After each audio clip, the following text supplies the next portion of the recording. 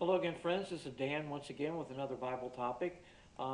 Today the topic is rather obscure. Its topic is dishonest scales, or as I like to say it, don't buy a used chariot from these guys.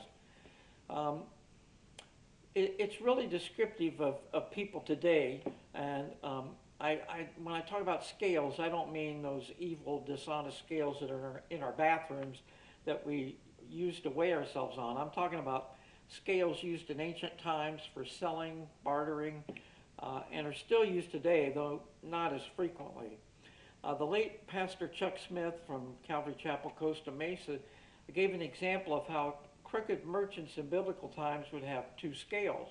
One was to measure what they were selling, and it was set to overestimate the product by overestimating the weight of it.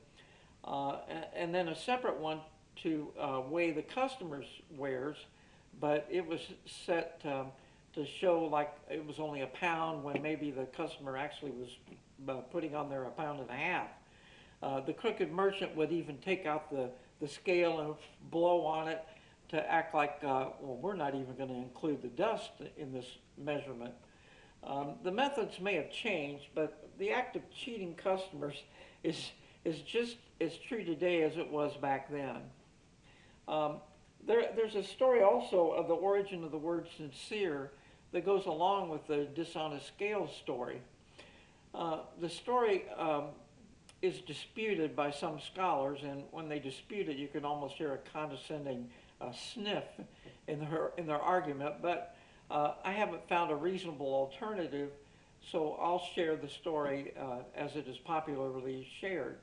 Now, dishonest Roman sculptors, they would use marble, and if they happened while they were chiseling away, would break off a nose or an ear, they would take some of the marble and mix it in with wax, and then put it on where the broken piece was.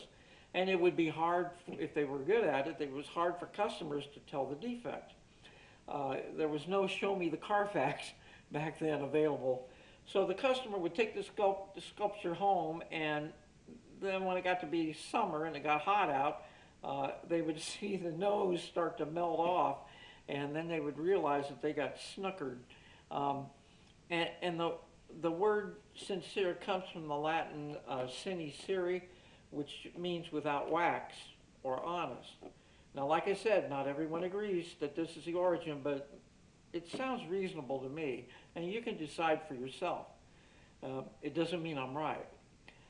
However, the dishonest scales practice is in the Bible, and you can see the links below, and it is true. This shows that our sin nature is real. Salvation through Jesus is the only cure to our sinful condition. We should wash ourselves daily in the Word to gain victory from the dominance of sin here on earth as we live in these mortal bodies, but eventually we'll be free from the actual presence of sin once we get our glorified bodies and we're changed in the twinkling of an eye at Christ's return. I've got the links below, and may God richly bless you.